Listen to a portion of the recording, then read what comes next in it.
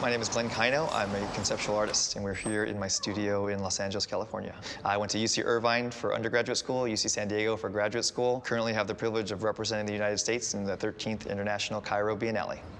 Well, my practice is really about using art and using techniques associated with art to really reconcile irreconcilable problems. When I got invited to propose an idea for the Cairo project, I begin with sort of a general concept, and then through that process, I make a lot of contextual work, drawings, different types of sculptures and objects. So then I started thinking about who I wanted to paint: maverick artists, revolutionary thinkers, the situationists. I had this feeling of revolution after people have done it already, like this biting moment when you see a piece of sandpaper, but not new sandpaper.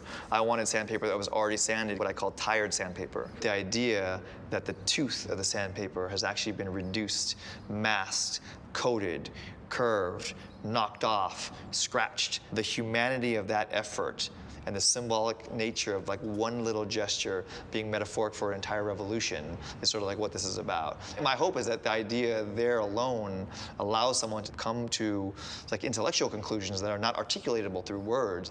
Like the value of this rock, quite possibly could be only in the few seconds where it actually exists in the air, because when it is in someone's hand, there's no necessarily commitment that it's actually going to be released. And by the time it hits someone's face, it's neutered and it's already done. So this drum will become a rock tumbler, which will tumble these rocks into gems, and then presenting those in the museum space, almost as a challenge to throw them. And when's the last time you saw someone throw a gem? A big driving force is that imagination is a perishable skill. You have to use it in order to know how to use it.